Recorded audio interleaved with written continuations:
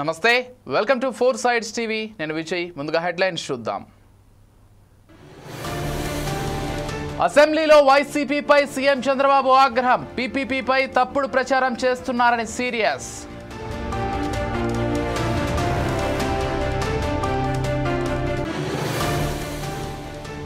నల్గొండ గడ్డ అంటేనే కాంగ్రెస్ కు అడ్డా పార్టీ కండువా మోసే కార్యకర్తలే బలమన్న కోమటిరెడ్డి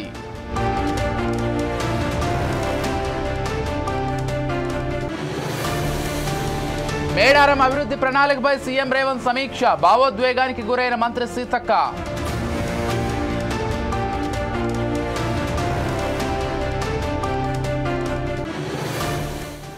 ఇంద్రకీలాద్రిపై ఉన్న దుర్గగుడిలో అపచారం చెప్పులతో ప్రవేశించిన ముగ్గురు వ్యక్తులు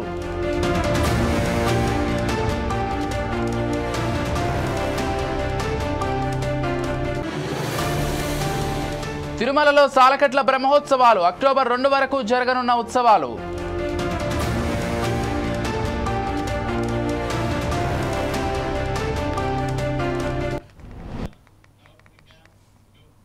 రైట్ వైసీపీ అధినేత మాజీ సీఎం వైఎస్ జగన్ సంచలన నిర్ణయం తీసుకోబోతున్నారు. మళ్ళీ జనంలోకి వెళ్లే ఆలోచనలో ఉన్న జగన్ పార్టీ ఎమ్మెల్యేలందరితో రాజీనామా చేయించి ఎన్నికలకు వెళ్లే ఆలోచనలో ఉన్నట్లు ప్రచారం జరుగుతోంది.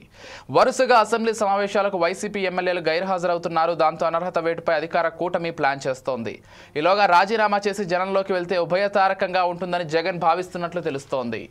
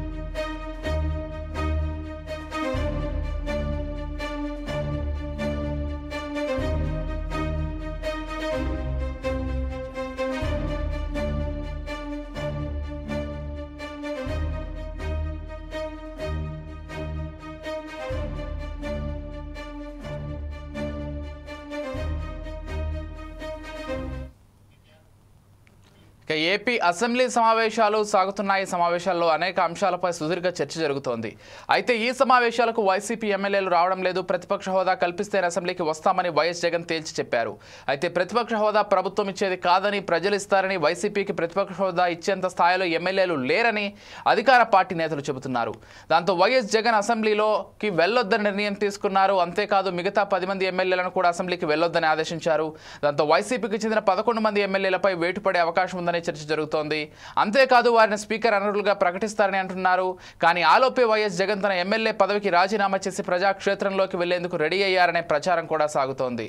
ఇక ఇదే అంశానికి సంబంధించి మరింత సమాచారం అందించడానికి మా విశాఖ చీఫ్ ఎవరైతే సత్యనారాయణ ఉన్నారో సత్యనారాయణ మరింత సమాచారం అందిస్తారు. సత్యనారాయణ చెప్పండి. రైట్ విజయ్, శ్రీ వైఎస్ జగన్మోహన్ రెడ్డి అధ్యక్షున అయితే కనుక వైఎస్ఆర్ కాంగ్రెస్ పార్టీ విస్తృత స్థాయి సమావేశం అయితే ఈ రోజు తాడేపల్లిలో జరిగింది. ఆ జరిగిన సమావేశంలో ముఖ్యంగా ఈ సమావేశంలో అయితే కనుక రీజనల్ కోఆర్డినేటర్లు, రాష్ట్ర ప్రధాన కార్యదర్శులు, పిసిసి మెంబర్లు, జిల్లా పార్టీ అధ్యక్షులు, పార్లమెంటు నియోజకవర్గ పరిశీలకులు, పార్లమెంట్ అసెంబ్లీ నియోజకవర్గ సమన్వయకర్తలు, రాష్ట్ర కార్యదర్శులు, కోఆర్డినేషన్ రాష్ట్ర కార్యదర్శులు పార్లమెంట్లను ఆహ్వానించడం జరిగింది. ఈ సమావేశంలో సమకాలీన రాజకీయ అంశాలు, ప్రజా సమస్యలు తదితర అంశాలపై పార్టీ నేతలతో అయితే కనుక ఇప్పటికే వైఎస్ జగన్మోహన్ రెడ్డి చర్చించినట్లయితే తెలుస్తుంది, సమాచారం అందుతుంది.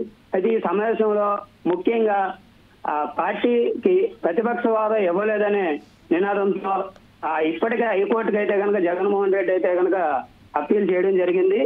ఆ హైకోర్టు కూడా 18 మంది ఉంటే గాని ఈ ప్రతిపక్ష హోదా రాదనే విషయం మినిమం ముఖ్యమంత్రిగా చేసిన జగన్మోహన్ రెడ్డికి తెలియదా అంటూ మొట్టికాయలు వేసిన సందర్భం కూడా ఉంది. అయితే మళ్ళీ కూడా నేను ప్రతిపక్ష హోదా కావాలి, లేకుంటే రాజకీయాల్లోకి నేను వెళ్ళను, నేను ప్రజాక్షేత్రంలోకి వెళ్తాను, ఆ రాజకీయ అయితే కనుక రాజీనామా చేస్తాను, నాతో పాటు ఉన్న 10 మంది ఎమ్మెల్యేలను కూడా రాజీనామా చేస్తానని చెప్తున్నట్లయితే తెలుస్తుంది. ఈ కీలక సమావేశంలో అయితే కనుక ఆ అంశాలు ప్రస్తావించినట్లయితే తెలుస్తుంది. విజయ్, ఎస్, అంటే కేవలం జగన్మోహన్ రెడ్డి మాత్రమే కాదు, అటు 10 మంది ఎమ్మెల్యేలను కూడా ఆయన వెళ్ళొద్దని ఆదేశించినట్లుగా పార్టీలు అంతర్గతంగా సమాచారం అంతోంది. అయితే ఎమ్మెల్యేల తీరు ఏ విధంగా ఉంది, ఎమ్మెల్యేలు ఏం చెప్తున్నారు సత్యనారాయణ? అంటే వారి పదవికి ఎక్కడైనా వేటు పడుతుందేమని ఎమ్మెల్యేలు ఏమైనా భయపడుతున్నారా? దానికి సంబంధించినటువంటి అప్డేట్స్ ఏంటి? ఎమ్మెల్యేలు అయితే కనుక ఇప్పటికే భిన్నాభిప్రాయాలు అయితే వ్యక్తమవుతున్నాయని చెప్పుకోవాలి విజయ్. ఆ ఎమ్మెల్యేలు రాజీనామా చేస్తే మళ్ళీ ప్రజాక్షేత్రంలోకి వెళ్లి గెలిచే పరిస్థితి ఉందా? ఇప్పుడున్న పరిస్థితుల్లో గత ప్రభుత్వం అయితే కనుక చాలా ప్రజలను అయితే ఇబ్బందికర పరిస్థితుల్లో నెట్టేసిందని చెప్పుకోవాలి. ఆ ఇబ్బందికర పరిస్థితులు ఇప్పుడు మళ్ళీ ప్రజాక్షేత్రంలోకి వెళ్లి మనం రాజీనామా చేసి వెళ్లి మళ్ళీ గెలిచే పరిస్థితి ఉందా లేదనే పరిస్థితి అయితే కొంతమంది ఎమ్మెల్యేలు అయితే కనుక నెలకొందని చెప్పుకోవాలి. అలాగే మరికొంతమంది ఎమ్మెల్యేలు జగన్ ఎటైతే అటే అనే నినాదం అయితే వినిపిస్తున్నారు. ఎక్కువ శాతం ఈ మళ్ళీ గెలిచే పరిస్థితులు చాలా తక్కువ అనే ఇబ్బందులతోటి ఎదురవుతున్నారు. కానీ జగన్ ప్రజాక్షేత్రంలోకి వస్తే ఎటువంటి నాయకులు కానీ కార్యకర్తలు కానీ ప్రజల నుంచి కానీ ఎటువంటి విమర్శలు ప్రతి విమర్శలు వస్తాయనే ఆలోచన కూడా ఒక పక్కన నడుస్తుంది. అలాగే కనుక నీరాజనాలు పలుకుతారని అయితే కనుక జగన్ అభిమానులు కొంతమంది అయితే కనుక జగన్ ప్రజాక్షేత్రంలోకి వస్తే నీరాజనాలు పలుకుతారని అయితే కనుక కొంతమంది చెప్పడం జరుగుతుంది. విజయ్, ఎస్, అంటే సత్యనారాయణ ఇప్పుడు స్పీకర్ వేటు వేసే వరకు మరి అలాగే ఉంటారా, లేకపోతే ముందుగానే రాజీనామా చేసే అవకాశం ఉందా? ఏం జరగబోతోంది? ఇన్ కేసు వాళ్ళు మళ్ళీ ప్రజాక్షేత్రంలోకి వెళ్ళి తేల్చుకుందాం అనేటువంటి ఉద్దేశంలో ఉంటే, మళ్ళీ తిరిగి ఎన్నికలకు వెళ్దాం అనుకుంటే వేచి చూస్తారా, లేకపోతే వాళ్ళంతటా వాళ్ళే రాజీనామా చేసే అవకాశం ఉందా? అయితే ఎక్కువ శాతం ఏంటంటే ఎవరైతే ఈ అసెంబ్లీకి వెళ్ళట్లేదో జగన్ తో పాటు వారందరి పైన అనర్హత వేటు పడుతుంది. ఆ అసెంబ్లీకి రాకపోతే కనుక అనర్హత వేటు వేయాల్సి వస్తుందని చెప్పేసి సంకేతాలు అయితే ఇప్పటికే అందాయి. అయితే వారు అనర్హత వేటు వేస్తే జగన్ కి ప్రజల్లో సింపతి ఉండదనే ఉద్దేశంతో జగన్మోహన్ రెడ్డి అయితే కనుక తమ ఎమ్మెల్యేలతో పాటు రాజీనామా చేసి ప్రజాక్షేత్రంలోకి వెళ్తే కనుక సింపతి వర్కౌట్ అవుతుందని గతంలో వైఎస్ రాజశేఖర రెడ్డి మృతి చెందినప్పుడు ఏదైతే ఓదార్పు యాత్ర చేశారో, అలాగే మధ్యలో కూడా ఆయన జైలుకి వెళ్ళినప్పుడు కూడా వాళ్ళ వైఎస్ షర్మిల తమ సిస్టర్ ఎవరైతే ఉన్నారో ఆవిడ కూడా ప్రజాక్షేత్రంలో తిరిగారు. ఆ సింపతి వర్కౌట్ అవుతుందనే ఉద్దేశంతో ఇప్పుడు రాజీనామా చేసి ప్రజాక్షేత్రంలోకి వెళ్లే ఉద్దేశంతో ఉన్నట్లు తెలుస్తుంది. Vijay, right, thank you Satyanarayana.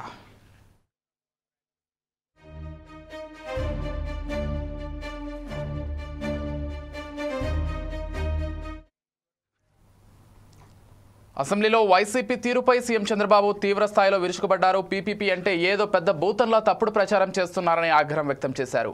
PPP అనేది ఆర్థిక సంస్కరణల్లో ఒక భాగమని, అనేక రంగాల్లో పీపీపీలు వస్తున్నాయని చెప్పారు. సంపద సృష్టి జరిగిందన్న సీఎం తొందరగా మనం అనుకున్న ప్రగతిని సాధించడానికి ఉపయోగపడుతుందని అన్నారు.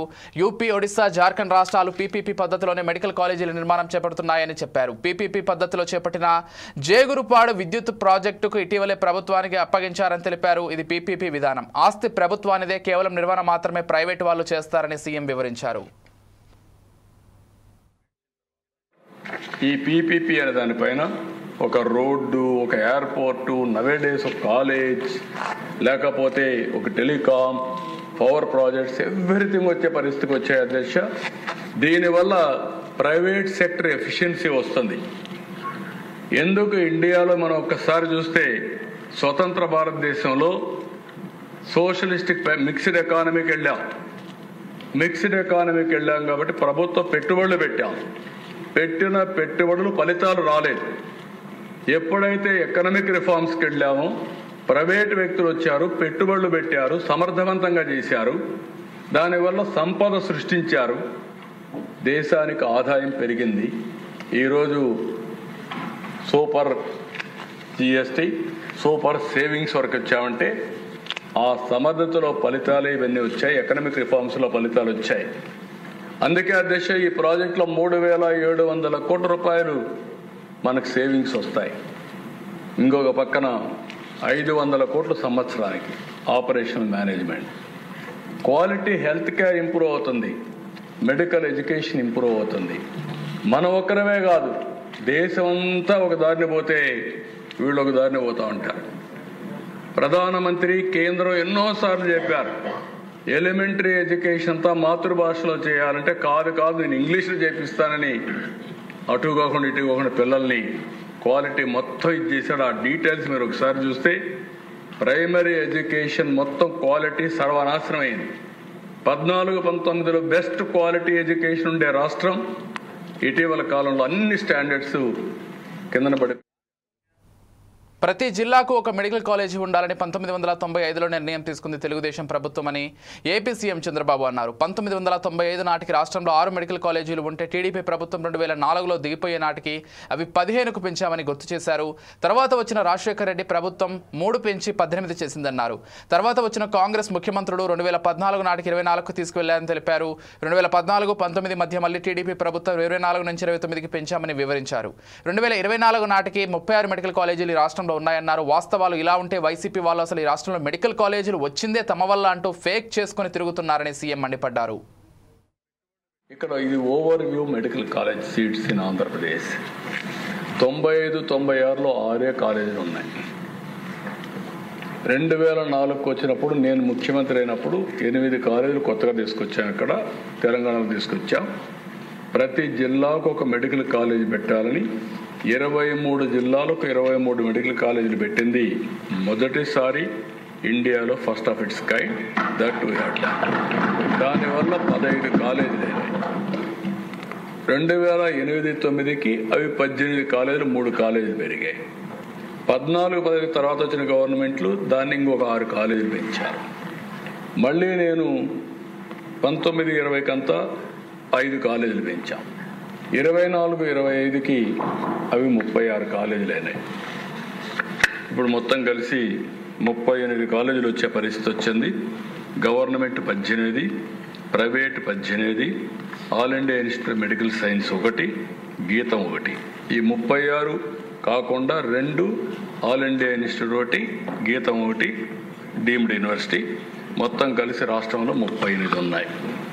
ఇది చరిత్ర. అయితే ఏదో మేము తెచ్చేసామని గొప్పలు చెప్పుకుంటూ ఏదేదో మాట్లాడుతూ ఫేక్ న్యూస్ పెట్టి ఫేక్ ప్రచారం చేసి ప్రజల్ని మభ్యపెట్టాలనుకునే ప్రయత్నం చేస్తే వాస్తవాలుగా ఉంటాయి అధ్యక్ష. ఇక్కడ ఇది overview medical college seats in Andhra Pradesh. 95-96లో 6 కాలేజీలు ఉన్నాయి.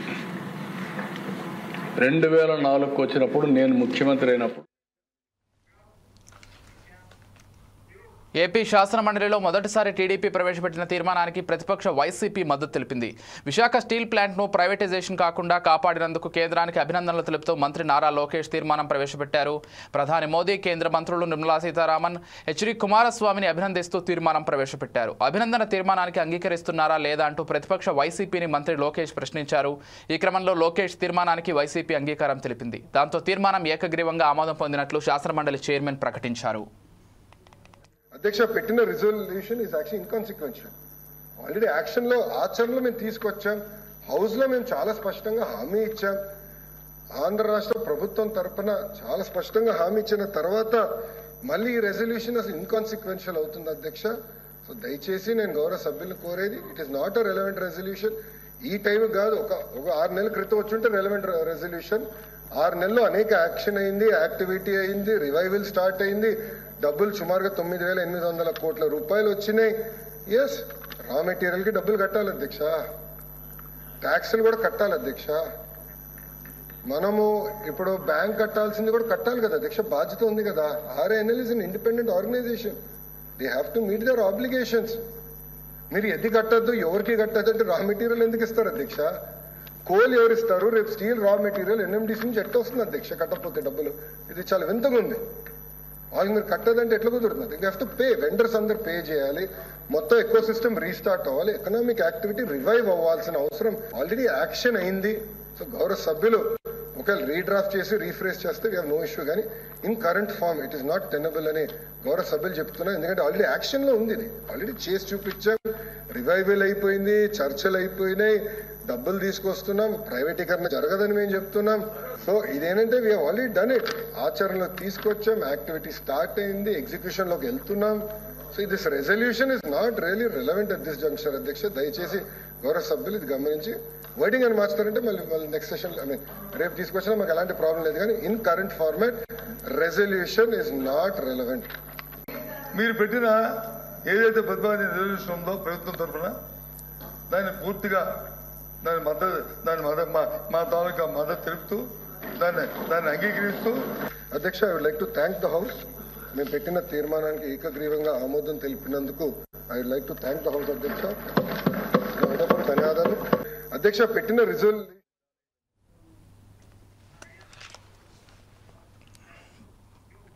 జూబ్లీహిల్స్ నియోజకవర్గంలోని షేక్పేట్ డివిజన్ ఓయో కాలనీలో మంత్రులు పొన్నం ప్రభాకర్, వివేక్ వెంకటస్వామిలు పర్యటించారు. షేక్పేట్ డివిజన్లో చేపట్టిన అభివృద్ధి పనుల గురించి మంత్రులకు జీహెచ్ఎంసీ కమిషనర్ ఆర్వి కర్ణన్ వివరించారు. వర్షాల కారణంగా ప్రస్తుతం చేస్తున్న పనులు, చేయాల్సిన పనుల గురించి చర్చించారు. డివిజన్లో నాలాల సమస్యలు, సీసీ రోడ్ల నిర్మాణ అంశాలపై సమావేశంలో చర్చించారు. ఇప్పటికే శంకుస్థాపన చేసుకున్న పనులు వేగవంతం చేయాలని అధికారులకు ఆదేశించారు. ఎక్కడ ఏ సమస్య ఉన్నా స్థానిక నేతల ద్వారా తమ దృష్టికి తీసుకురావాలని మంత్రులు సూచించారు. పెండింగ్లో ఉన్న పనులు పూర్తి చేసి వారంలో ప్రారంభోత్సవాలు చేసుకోవాలన్నారు.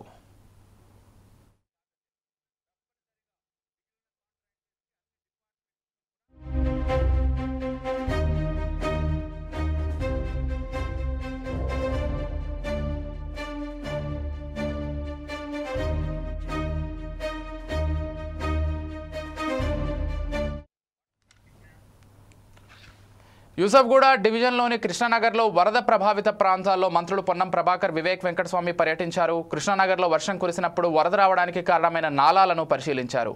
Hydraa commissioner Ranganath, GHMC commissioner R V Karnan, AICC secretary Vishnunath, Naveen Yadav, Jubilee Hills Congress నేతలు కూడా పాల్గొన్నారు.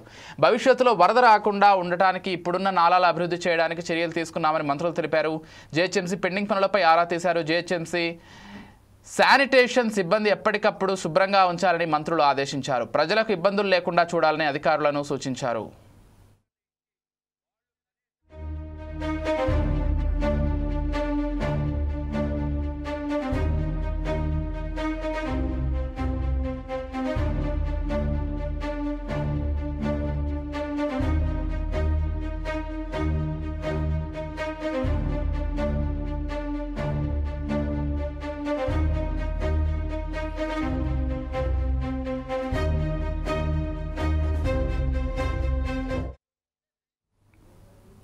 నల్గొండ గడ్డ అంటేనే కాంగ్రెస్ పార్టీకి అడ్డా అని మంత్రి కోమటిరెడ్డి వెంకటరెడ్డి అన్నారు. కాంగ్రెస్ కండువా మోసే నిఖార్సైన కార్యకర్తలే పార్టీకి బలమని స్పష్టం చేశారు. నల్గొండ నియోజకవర్గ కాంగ్రెస్ పార్టీ ముఖ్య నాయకులతో స్థానిక ఎంఎన్ఆర్ గార్డెన్లో నిర్వహించిన విస్తృత సమావేశంలో మంత్రి కోమటిరెడ్డి పాల్గొన్నారు. ఈ సమావేశంలో నియోజకవర్గ అభివృద్ధి, సంక్షేమ పథకాల అమలు, పార్టీ బలోపేతం వంటి అంశాలపై సుదీర్ఘంగా చర్చించారు. అభివృద్ధిలో నల్గొండ నియోజకవర్గాన్ని రాష్ట్రంలోనే ఆదర్శంగా నిలుపుతానని, ప్రజా ప్రభుత్వ సంక్షేమ పథకాలు ప్రతి గడపకు చేర్చే బాధ్యత మీదేనని ముఖ్య నాయకులకు దిశానిర్దేశం చేశారు. ఆ ఆస్తి పంచాయతీ తెలియదు, హరీష్ రావు సంతోషమైనట్టున్నదని. మరి ఈ మాట 10 ఏళ్ళ కింద చెప్పుతున్నా చిన్నప్పుడే. అందుకనే 2018లో రెండోసారి హరీష్ రావు గారికి ఇరిగేషన్ స్టార్ట్ చేయలేదట. మరి 2018లో చెప్పాలిగా ఈ మాట. హరీష్ రావు తిట్టుడు కాబట్టి మా నాయన ఆయనకి ఇరిగేషన్ స్టార్ట్ చేయలేదని ఇప్పుడు చెప్తున్నా. ఈ అంత కాదు, దాని మీద, ధరని మీద ఎన్ని లెక్కల కోరుకున్నా ఎవరి దేవుడు, ఆ బ్రహ్మదేవుడికి ఏదో లెక్కలైంది. ఆ ఆస్తి పంచాయతీతోని ఆ పార్టీ 4 ముక్కలు అయిపోయింది. నేను ఎప్పుడో చెప్పిన ఈ మాట. ఆ పార్టీ ఉండదు ఆయన, ఉండేది పర్ఫెక్ట్ గా కాంగ్రెస్ పార్టీ తెలంగాణలో. ఆయన నా మాట నేను చెప్పిన మాట ఒకసారి నల్గొండకు వచ్చినప్పుడు చెప్పిన. కేసీఆర్ అని ఓ పార్టీ పెట్టుకుంటారు, కేసీఆర్ అని పక్కన తారక రామారావు పెట్టుకుంటాడు, ఇంకోటి టీఆర్ఎస్ హరీష్ అంటాడు, టీఆర్ఎస్ సంతోష్, టీఆర్ఎస్ కవిత. నేను వెనకడ చెప్పిన మాట నిజమైందా లేదా? గ్యారంటీ ఉండదు ఆ పార్టీలు. ఇవన్నీ కూడా తాత్కాలికమైన పార్టీలు. తెలంగాణ ఇచ్చిన పార్టీగా వెళ్తే దళితుని ముఖ్యమంత్రి చేస్తా, డబ్బులు పెట్టుకుంటా. మేడారం అభివృద్ధి ప్రణాళికపై సీఎం రేవంత్ నిర్వహించిన సమావేశంలో మంత్రి సీతక్క భావోద్వేగానికి లోనయ్యారు. ముఖ్యమంత్రి రేవంత్ రెడ్డి మేడారం సమ్మక్క సారమ్మల గద్దెలను సందర్శించారు. ఆలయ అభివృద్ధిపై ఆయన అధికారులు, పూజారులు, ఆదివాసీ పెద్దలతో సమీక్షించారు. ఈ సందర్భంగా మంత్రి సీతక్క మాట్లాడారు. మరో 1000 ఏళ్లు నిలిచిపోయేలా అమ్మవార్ల ఆలయాన్ని అభివృద్ధి చేస్తున్నందుకు సీఎంకు వేల వందనాలు తెలిపారు. వనదేవతల గుడిని అభివృద్ధి చేసుకునే భాగ్యం నాకు దక్కినందుకు నా జన్మ ధన్యమైందని మంత్రి సీతక్క భావోద్వేగానికి గురయ్యారు. మేడారం అభివృద్ధి కోసం ఇప్పటివరకు ఏ ముఖ్యమంత్రి కూడా ఇక్కడికి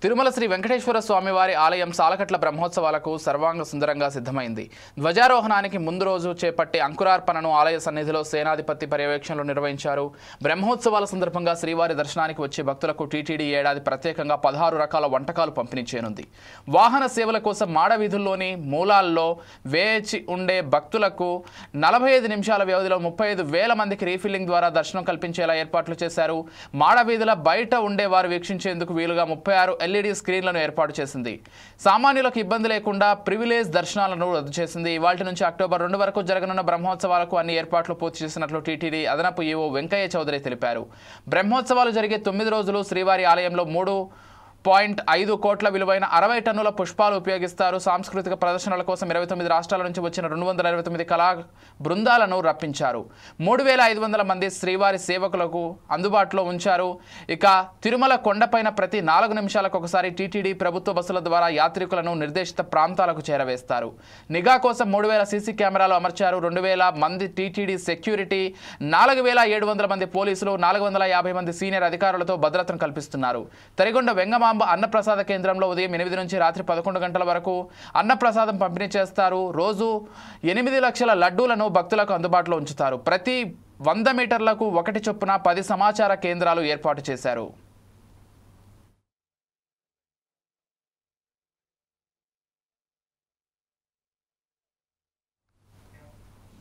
పవిత్రమైన నవరాత్రుల వేళ విజయవాడ ఇంద్రకీలాద్రిపై ఉన్న దుర్గ గుడిలో అపచారం చోటు చేసుకుంది. అమ్మవారి దర్శనానికి వచ్చిన 3 యువకులు చెప్పులతో గుడిలోకి ప్రవేశించి కలకలం సృష్టించారు. ఆలయ అధికారులు, పోలీసులు, ప్రైవేట్ సెక్యూరిటీ సిబ్బంది ఉన్నప్పటికీ సంఘటన జరగడం వారి నిర్లక్ష్యానికి నిదర్శనమని భక్తులు మండిపడుతున్నారు. మంగళవారం అమ్మవారి దర్శనానికి వచ్చిన 3 యువకులు ఆలయ ప్రధాన ద్వారం నుంచి అంతరాలయానికి అతి సమీపంలో చెప్పులతో వచ్చేశారు. సాధారణంగా ఆలయంలోకి భక్తులు చెప్పులు ధరించకుండా ప్రవేశించడానికి కట్టుదిట్టమైన నిబంధనలు ఉంటాయి. అంతేకాకుండా నవరాత్రి ఉత్సవాల సందర్భంగా భద్రత మరింత పటిష్టం చేశారు. అయినప్పటికీ వందలాది మంది భద్రతా సిబ్బందిని దాటుకుని యువకులు పాదరక్షలతో గుడిలోకి ఎలా వచ్చారనేది ఇప్పుడు పెద్ద ప్రశ్నగా మారింది. ఈ ఘటన భక్తుల మనోభావాలను తీవ్రంగా గాయపరిచింది. అపచారంపై పోలీసులు, దేవస్థానం అధికారులు వెంటనే స్పందించి చర్యలు తీసుకోవాలని భక్తులు, పలు హిందూ సంఘాల ప్రతినిధులు డిమాండ్ చేస్తున్నారు. భవిష్యత్తులో ఇలాంటి ఘటనలు పునరావృతం కాకుండా కట్టుదిట్టమైన భద్రతా చర్యలు చేపట్టాలని వారు కోరుతున్నారు. ఈ సంఘటనపై దేవస్థానం అధికారులు అంతర్గత విచారణకు ఆదేశించినట్లు సమాచారం.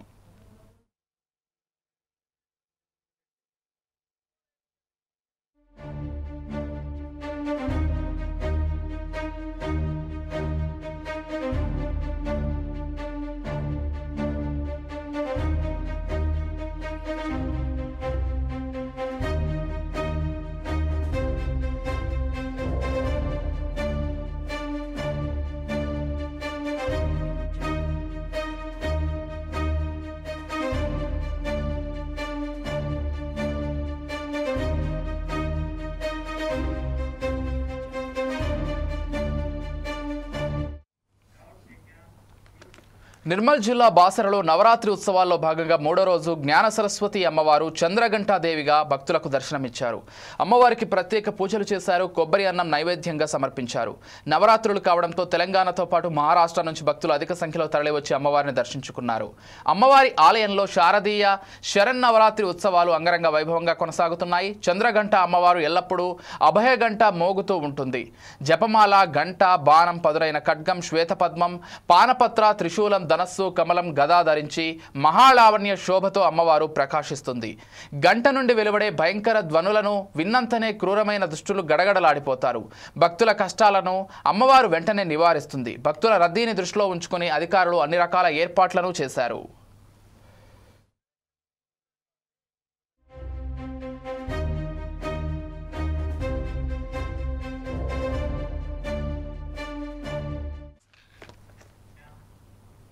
నిర్మల్ జిల్లా మామడ మండలంలోని కొరటికల్ గ్రామంలో గల శ్రీ వెంకటేశ్వర స్వామి ఆలయం శిఖరంపై పిడుగుపడింది. దీంతో శిఖరంపై భాగం కాస్త ధ్వంసమైంది. ఉరుములు, మెరుపులతో కురిసిన వర్షానికి ఒక్కసారిగా ఆలయంపై పిడుగుపడడంతో ప్రజలు భయాందోళనకు గురయ్యారు. వెంటనే ఆలయం వద్దకు చేరుకుని పిడుగుపడ్డ విషయాన్ని గుర్తించారు.